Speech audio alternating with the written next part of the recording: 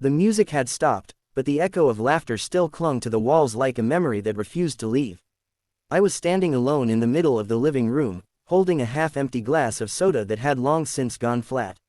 The fairy lights that once made the room glow now flickered weakly, like they were just as exhausted as I was. Empty cups, crumpled napkins, and forgotten conversations lay scattered everywhere, a battlefield of what had once been a celebration. It had been my party, my birthday, and now, everyone was gone. Or at least, I thought they were. I let out a slow breath, rubbing my tired eyes. It was the kind of exhaustion that didn't come from cleaning or staying up late, it came from pretending. Pretending to laugh at jokes that didn't land, pretending to be fine when someone casually asked, "So, what's new with you?" Pretending that I wasn't quietly falling apart inside. "Guess that's it," I muttered to myself, setting the glass down on the table. I reached for the light switch, ready to shut everything off, ready to end the night, the noise, the expectations. "Don't." The voice stopped me cold. I turned around sharply, my heart skipping a beat. She was standing near the balcony door, half hidden in the soft shadows. For a moment, I thought I was imagining her, a leftover fragment of the night. But she stepped forward, and the light caught her face. It was her, Aaliyah. I hadn't seen her in almost 2 years. "You stayed?" I asked, my voice barely above a whisper. She gave a small, almost shy smile. "Everyone left the party, but I didn't." My mind struggled to catch up. Aaliyah wasn't supposed to be here, not tonight, not after everything that had happened. We had been inseparable once. The kind of friends people envied. We knew each other's secrets, finished each other's sentences, and promised we'd always be there, no matter what. Until we weren't. "What are you doing here?" I asked, more sharply than I intended. Her smile faded just a little. "You invited me." I sent that to everyone," I said quickly. "I didn't think you'd actually come." "I almost didn't," she admitted. "But something told me I should." Silence fell between us, heavy and uncomfortable. I looked away, suddenly very aware of the mess around us. "Well, the party's over. I can see that." Another pause. Then she took a step closer and said softly, "Now it's just us." Those words landed differently than they should have. They weren't just about the empty room, they were about everything we had left unsaid. I crossed my arms, trying to shield myself. "You should have left with the others." "Do you want me to?" she asked gently. The question caught me off guard. Did I opened my mouth to say yes, to push her away, to avoid whatever this was, but the word wouldn't come out. Instead, I shook my head. "No," I said quietly. Aaliyah exhaled, like she had been holding her breath all night. "Good." She walked over to the couch and sat down, brushing aside a few stray balloons. "You threw a nice party." "Thanks," I replied, though it felt hollow. "You didn't enjoy it, did you?" she asked. I hesitated. "It was fine." She raised an eyebrow. "You've always been a terrible liar." Despite everything, a small, reluctant smile tugged at my lips. "That hasn't changed, I guess." "No," she said softly. "Some things don't." Her words lingered in the air, loaded with meaning. I sat down on the opposite end of the couch, leaving a careful distance between us. "So, how have you been?" "Okay," she said. Then, after a pause, "Not really." I nodded. "Same." We both let out a quiet, almost ironic laugh. It was strange. For two people who hadn't spoken in years, the silence between us didn't feel entirely empty. It felt familiar, like an old song we both remembered, even if we couldn't quite recall the lyrics. "I heard about your job," she said after a moment. "You finally got the position you wanted."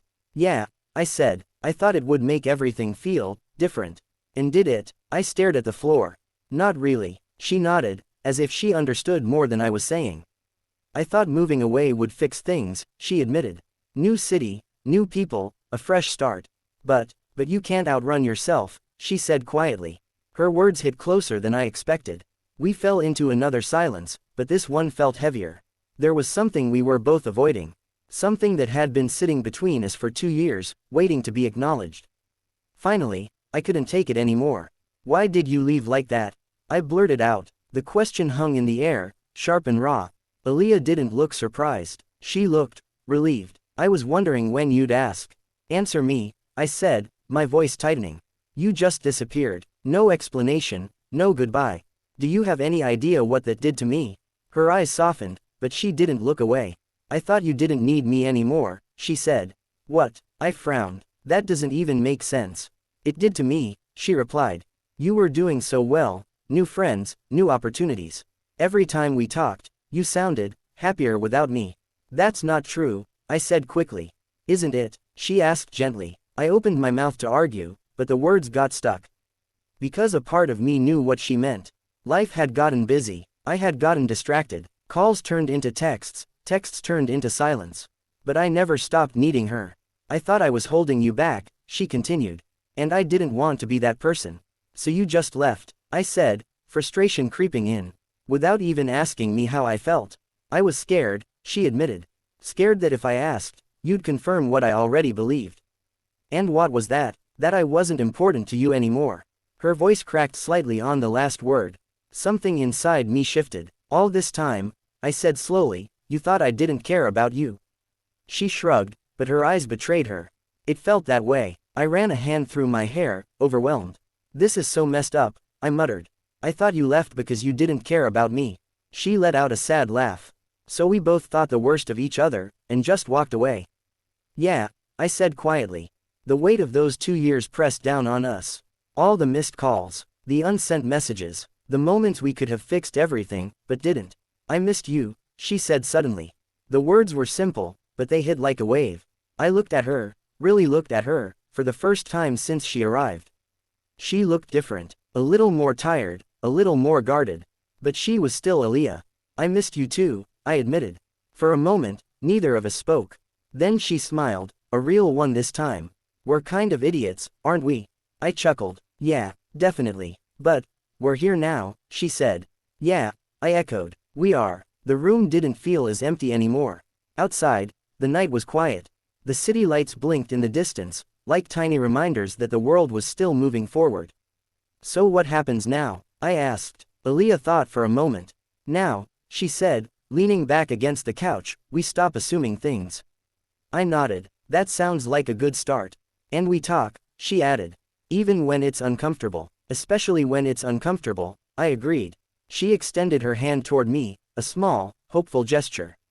Friends? She asked. I looked at her hand, then at her face. 2 years of silence, misunderstanding, and hurt stood between us. But so did years of laughter, trust, and memories that hadn't faded. Slowly, I reached out and took her hand. Friends, I said. Her grip tightened slightly, like she was afraid I might let go. But I didn't. We sat there for a while, just talking.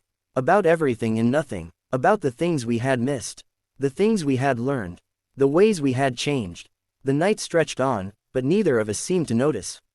Because for the first time in a long time, I didn't feel alone. The party had ended hours ago. The music was gone. The guests had left, but something better had taken its place. Understanding, forgiveness, and a second chance. As the first light of dawn began to creep through the curtains, painting the room in soft gold, Aaliyah looked at me and smiled. Best party ever, she said. I laughed, even though everything went wrong. She shook her head. No, because everything finally went right. I glanced around the messy room, the evidence of a night that had started with noise and ended with something much quieter, much deeper. Yeah, I said softly. I guess it did. Sometimes, it's not the crowd that makes a moment meaningful. Sometimes, it's the one person who stays behind. The one who chooses you, even after everything.